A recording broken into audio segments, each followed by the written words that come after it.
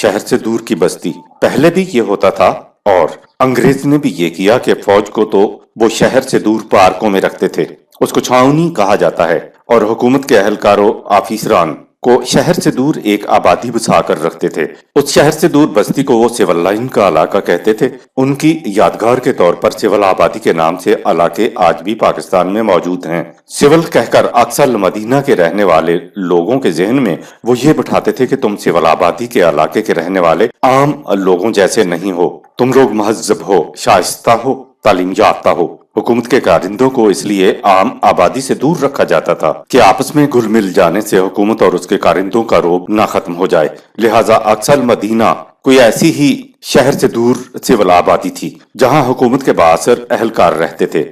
رجل ویسے تو رجل کے معنی مرد ہوتا ہے، لیکن عرب ہر مرد کو رجل نہیں کہتے تھے۔ جس شخص میں جرت، حمیت، بہادری کی چیزیں ہوتی ہیں وہ اس کو رجل کہتے تھے۔ ہمارے ہاں بھی پنجابی میں جنا اس کو کہتے ہیں جو پیدا ہوا ہے، جو جنا گیا ہے، لیکن جڑیں دا پتر اس کو کہتے ہیں جس میں جرت، حمیت، بہادری ہو، یعنی کہنے سے مراد یہ ہے کہ تم بہادر مرد کے بیٹے ہو۔ یہ بااثر رجل اکثر مدینہ سے سول آبادی سے بھاگتا ہوا آیا اور کہا کہ یہ کیا کر رہے ہو، یہ تو تمہیں بڑی خیر خواہی کی باتیں بتا رہے ہیں اور تم ان کی اذیت کے در پہ ہو، تم ان کا کہنا مانو، ان کا اتباع کرو۔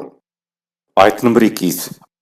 اتبعوا من لا يسألكم اجرا وهم مهتدون۔ ان رسولوں کے پیچھے پیچھے چلو جو تمہاری خیر خواہی کرنے کا تم سے کوئی معاوضہ نہیں مانگتے۔ یہ صاف ظاہر ہو رہا ہے کہ یہ سیدھے راستے پر ہیں۔ لا یسألکم اجرا وہم مہتدون، سورہ 36 آیت نمبر 21۔ یہ تمہاری خیر خواہی کرنے کا تم سے کوئی معاوضہ نہیں مانگتے۔ ہر دائی یا مبلغ کے لیے دو شرطیں لازم ہیں، ایک تو یہ کہ وہ خود صحیح راستے پہ ہو، محتدون سورہ 36 آیت نمبر 21 ہو، یعنی جو کچھ وہ کہتا ہے کیا وہی کچھ کرتا بھی ہے۔ دوسری شرط یہ ہے کہ وہ اپنی تبلیغ کے عوض کوئی معاوضہ طلب نہ کرے۔ معاوضے اور صلے کی تو سینکڑوں صورتیں ہیں جن کو نہ ماپا جا سکتا ہے، نہ تولا جا سکتا ہے اور نہ گنا جا سکتا ہے، یعنی کسی قسم کی صورت کا معاوضہ طلب نہ کرے۔ یہ ہے لا یسألکم اجرا۔ و مالیہ پارہ نمبر 23 آیت نمبر 22۔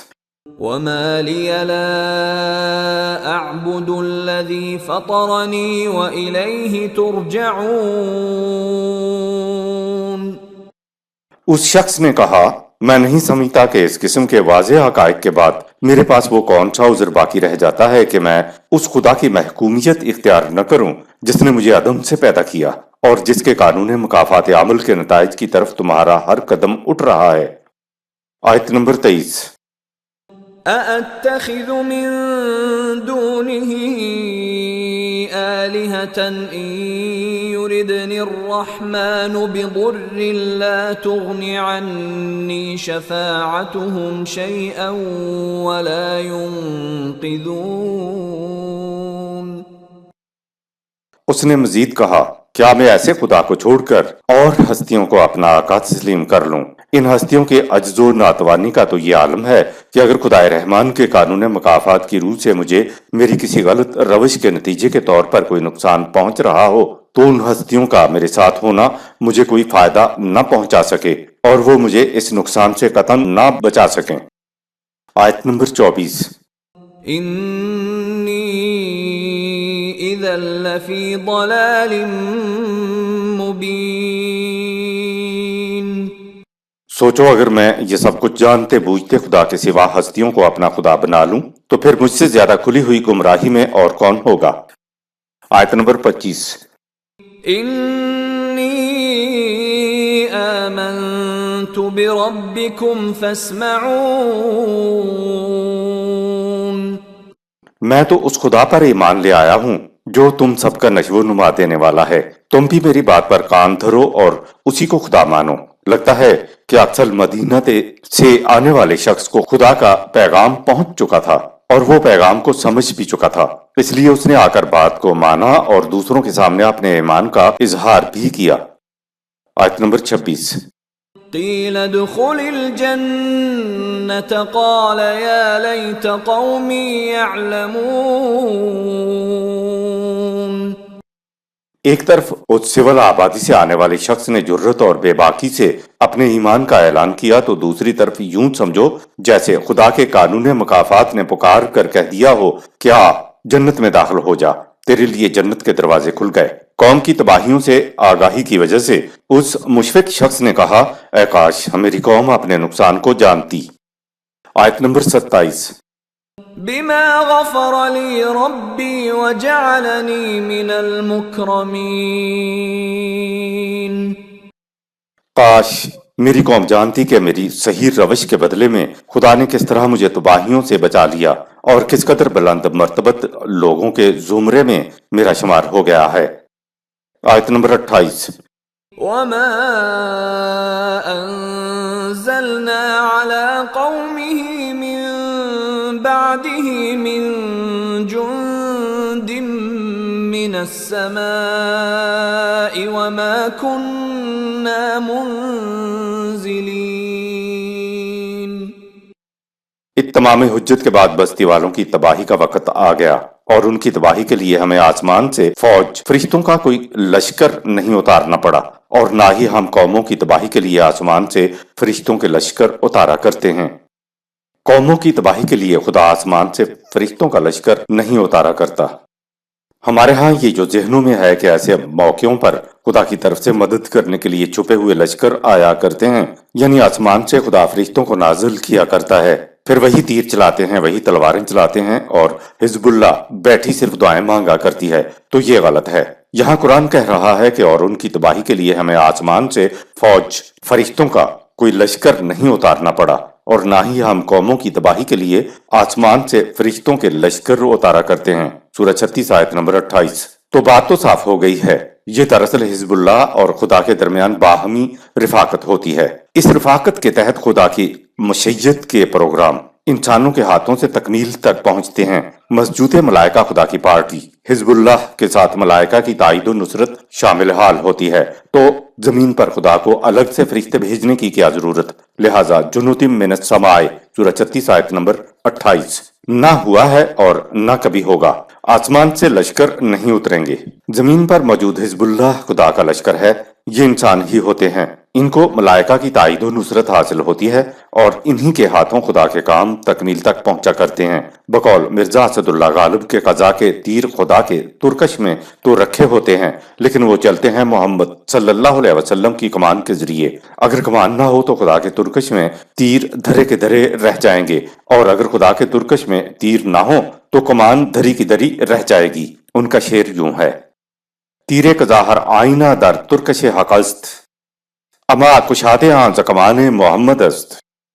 سورۃ الفیل 105 میں اصحاب الفیل کے بارے میں افسانہ مشہور ہے کہ خدا نے آسمان سے ابابیلوں کو بھیجا تو ان چھوٹی چھوٹی ابابیلوں نے اپنی چونچ اور پنجوں میں کنکریاں لے کر ابرہا کے ہاتھیوں اور فوج پر برسائیں، اور دشمن کھائے ہوئے بھوسے کی طرح ہو کر تباہ و برباد ہو گیا۔ اب قرآن تو کہتا ہے کہ ہم آسمان سے لشکر نہیں بھیجا کرتے۔ غور کیجئے، سن 1989 میں حج کے موقع پر کچھ لوگوں نے کعبہ پر چڑھائی کی اور حاجیوں کو یرغمال بنا لیا تھا، تو یہ ہماری آنکھوں کے سامنے ہے کہ خدا نے کوئی لشکر نہیں بھیجا تھا، یہ انسان ہی تھے جنہوں نے کعبہ کو آزاد کرایا تھا۔ وَمَا كُنَّا مُنزِلِينَ سورہ 36 آیت نمبر 28۔ اور ہم فرشتوں کے لشکر نہیں اتارا کرتے۔ آیت نمبر 29۔ إن كانت إلا صيحة واحدة فإذا هم خامدون۔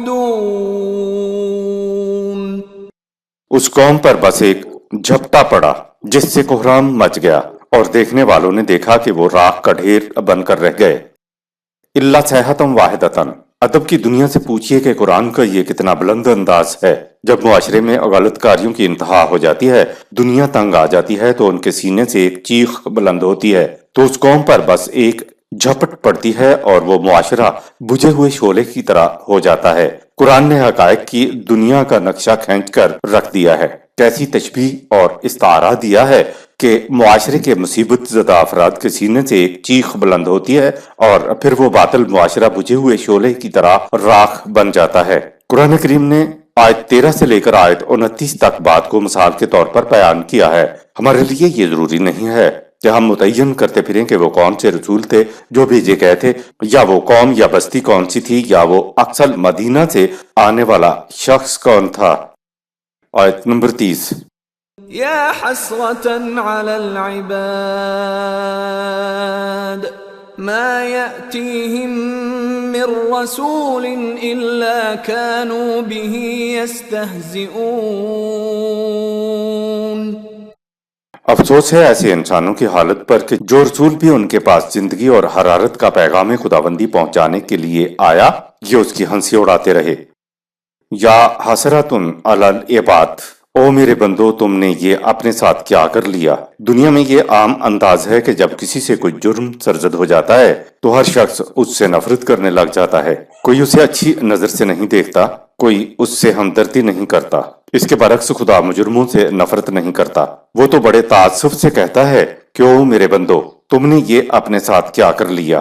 آج علماء نفسیات کہہ رہے ہیں کہ مجرم کے جرم سے تو نفرت ہونی چاہیے، لیکن خود مجرم تو ہماری ہمدردی کے مستحق ہوتے ہیں، یہ دراصل مریض ہوتے ہیں۔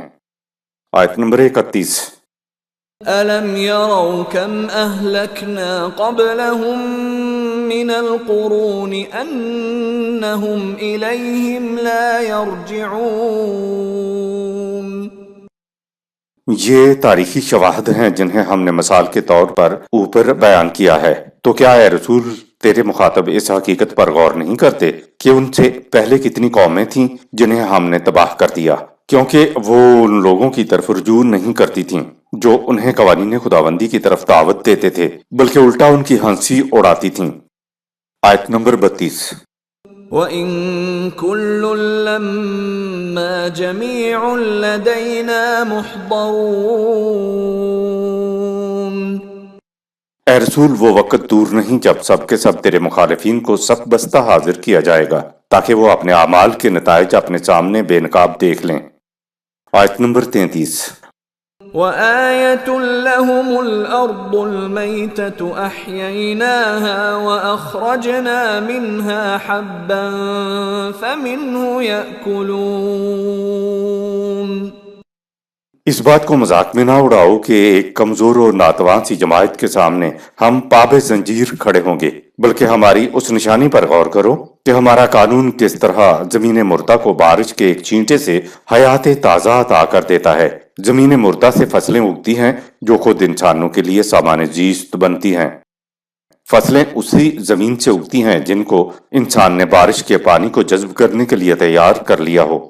بنجر اور غیر تیار شدہ زمین کے لیے بارش فصلوں کے لیے زیادہ مفید نہیں ہوتی، لہٰذا بارش نے تو اپنا کام کرنا ہے، ہر جگہ پر برسنا ہے، لیکن بارش اس کے لیے زیادہ مفید ہوگی جس نے اپنے کھیت کو بارش کے پانی کے لیے ہم آہنگ کر لیا ہوگا۔ اسی طرح آسمانی بارش وہی تو سب کو پہنچائی جاتی ہے، لیکن اس سے فائدہ وہی اٹھاتے ہیں جنہوں نے اپنے دل کی کھیتی کو وہی سے ہم آہنگ کرنے کے لیے تیار کر لیا ہو۔ وہی کو قبول کرنا انسان کے اپنے اختیار و ارادے پر منحصر ہے۔ آیت نمبر 34۔ وَجَعَلْنَا فِيهَا جَنَّاتٍ مِّن نَّخِيلٍ وَأَعْنَابٍ وَفَجَّرْنَا فِيهَا مِنَ الْعُيُونِ۔ اس زمین مردہ میں کھجوروں اور انگوروں کے باغات اگتے ہیں اور اس میں سے آب رواں کے چشمے بھی پھوٹتے ہیں۔ آیت نمبر 35۔ لِيَأْكُلُوا مِن ثَمَرِهِ وَمَا عَمِلَتْهُ أَيْدِيهِمْ أَفَلَا يَشْكُرُونَ۔ تاکہ یہ ان درختوں کے پھل کھائیں، زمین سے سامان زیست پیدا کرنا ان کے ہاتھوں کی کاریگری کا نتیجہ نہیں ہے، یہ ہمارے قانون کے مطابق ہوتا ہے۔ تو کیا کمزور و ناتوان سی جماعت کو ہمارے قوانین کی اطاعت سے حیات نو نہیں مل سکتی؟ ان سے پوچھو کہ کیا یہ بھی چاہتے ہیں کہ ان کی کوششیں بارآور ہوں؟ انسان کی کاوشیں خدا کے قانون سے ہم آہنگ ہو جائیں تو نتائج خوشگوار نکلتے ہیں۔ زمین تو تم نے تیار کی لیکن بارش تو خدا نے برسائی ہے، پھر باغات میں پھل بھی خدا کے قانون فطرت کے مطابق لگے ہیں۔ قرآن کہتا ہے کہ زمین کی تیاری اور ہمارے قانون فطرت یعنی انسان اور خدا دونوں کی رفاقت کام کرتی ہے۔ کچھ انسان کر رہا ہوتا ہے اور کچھ خدا کر رہا ہوتا ہے۔ جب دونوں کا کچھ کرنا باہم ملتے ہیں تو پھر اس کے نتائج خوشگوار نکلتے ہیں۔ خدا اور بندے کے درمیان رفاقت کے متعلق خدا کہتا ہے کہ فصل اگانے کے لیے انسان زمین پر تھوڑی سی محنت کرتا ہے، جبکہ ہمارا قانون فطرت بہت کچھ کرتا ہے۔ دونوں کی باہمی رفاقت سے فصل تیار ہوتی ہے۔ تو شکر گزاری کا تقاضا تو یہ ہے کہ تم اپنی محنت بھر حصہ گھر لے جاؤ، اور جتنا حصہ ہمارے قانون فطرت کی کارکردگی کی روح سے بنتا وہ ہمیں دے جاؤ۔ ظاہر ہے کہ خدا خود تو اپنا حصہ لینے کے لیے زمین پر نہیں آتا۔ کہا وَمَتَاعًا لِلْمُقْوِينَ، سورہ 56 آیت نمبر 73۔ ہمارا حصہ بھوکوں تک بطور ان کے حق کے پہنچا دو، ہم تک پہنچ جائے گا۔ جو حصہ ہمارا ہے وہ تمہارا نہیں ہے، تو اس کو بھوکوں تک پہنچانے میں تمہارے دل کی گہرائیوں میں بھی گرانی محسوس نہیں ہونا چاہیے، کیونکہ تم اپنا حصہ نہیں دے رہے ہو۔ آیت نمبر 36۔ سبحان الذي خلق الأزواج كلها مما تنبت الأرض ومن أنفسهم ومما لا يعلمون۔ خدا اس سے بہت بلند ہے، پاک ہے کہ بے نتیجہ باتیں کرے۔ وہ جو کہتا ہے ویسا ہی ہو کر رہتا ہے۔ کیا تم نے غور نہیں کیا کہ اس نے زمین سے اگنے والی نباتات میں قسم قسم کی چیزیں پیدا کیں، اور تمہاری نسل کا سلسلہ بھی اس کے قانون فطرت کے مطابق جاری ہے۔ اس کے علاوہ ان چیزوں کی تخلیق کا سلسلہ بھی جاری ہے جو ابھی تمہارے حیطۂ علم میں نہیں آئیں۔ آیت نمبر 37۔ وَآيَةٌ لَهُمُ اللَّيْلُ نَسْلَخُ مِنْهُ النَّهَارَ فَإِذَا هُمْ مُظْلِمُونَ۔ ان کے لیے غور کرنے کے لیے ایک بہت بڑی نشانی رات بھی ہے۔ ہم کس طرح رات پر پڑے ہوئے دن کے روشن اور تابناک پردے کو کھینچ کر الگ کر دیتے ہیں، اور نیچے سے تاریکی نکلتی ہے اور ہر جگہ گھپ اندھیرا چھا جاتا ہے۔ قرآن زمین کی باتیں کرنے کے بعد خارجی کائنات میں چلنے والے نظم و نسق کی طرف آ گیا ہے، اور اسے بطور شہادت پیش کرتا ہے کہ دیکھو ہمارے قانون کے اتباع سے یہ کائناتی نظام کس حسن و خوبی کے ساتھ چل رہا ہے۔ وہ فلکیات کے متعلق سائنس کی کلاس کو سبق دینے کے لیے نہیں بتاتا، خارجی کائنات میں اپنے قوانین کی کارفرمائی کو وہ اس لیے پیش کرتا ہے کہ دیکھو ہمارے قانون کی اطاعت میں کائناتی نظام کس حسن و خوبی سے چل رہا ہے۔ اے انسانوں، تم بھی اپنے معاشرے کو ہمارے ان قوانین کے مطابق استوار کر لو جو خاص طور پر انسانوں کے لیے ہم نے دیے ہیں۔ اگر تم نے ایسا کیا تو تمہارا معاشرہ کائناتی نظام کی طرح نتیجہ خیز ہوگا۔ دن کے چمکتے پردے کو کھینچ لینے سے جو تاریکی چھا جانا بتایا گیا ہے، تو اس سے معلوم ہوا کہ زمین اور دیگر شمسی سیارے بنیادی طور پر تاریک اور سخت سرد ہیں۔ ان کی تاریکی اور سخت سردی سورج کی وجہ سے دور ہوتی ہیں، ورنہ سورج کے بغیر زمین تاریک اور برف میں ڈوبی ہوئی ہوتی۔ آیت نمبر 38۔ وَالشَّمْسُ تَجْرِي لِمُسْتَقَرٍّ لَهَا ذَلِكَ تَقْدِيرُ الْعَزِيزِ الْعَلِيمِ۔ اور اس پر بھی غور کرو کہ سورج کس طرح اپنے مستقر کی طرف رواں دواں چلا جا رہا ہے۔ یہ سب کچھ اس خدا کے ٹھہرائے ہوئے اندازوں کے مطابق ہو رہا ہے جو بڑی قوتوں کا مالک ہے اور جس کا ہر قانون علم پر مبنی ہے۔ مستقر کوئی متحرک شے جب کہیں جا کر ٹھہر جائے، رک جائے، تو اس رکنے والے مقام کو متحرک شے کا مستقر کہتے ہیں۔ سورج غروب بھی ہوتا ہے، طلوع بھی ہوتا ہے، لیکن یہ اپنا سفر اپنے مستقر کی طرف جاری رکھے ہوئے ہے، لہٰذا ایک دن اس نے بھی ٹھہر جانا ہے۔ آیت نمبر 39۔ وَالْقَمَرَ قَدَّرْنَاهُ مَنَازِلَ حَتَّى عَادَ كَالْعُرْجُونِ الْقَدِيمِ۔ اور چاند کو دیکھو کہ اس کے لیے ہم نے کتنی منزلیں مقرر کر دی ہیں، وہ ماہ کامل بن کر گھٹتا ہے، یہاں تک کہ کھجور کی پرانی سوکھی ہوئی ٹہنی جیسا ہو جاتا ہے۔ آیت نمبر 40۔ لا الشمس ينبغي لها أن تدرك القمر ولا الليل سابق النهار وكل في فلك يسبحون۔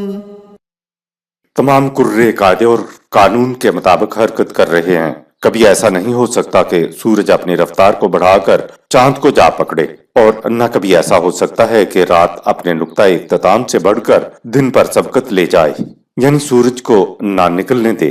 ہر کرہ اپنے اپنے دائرے میں اپنی اپنی رفتار سے ٹھیک اپنے اپنے راستے پر تیرتا چلا جاتا ہے۔ سورہ 21 آیت نمبر 33۔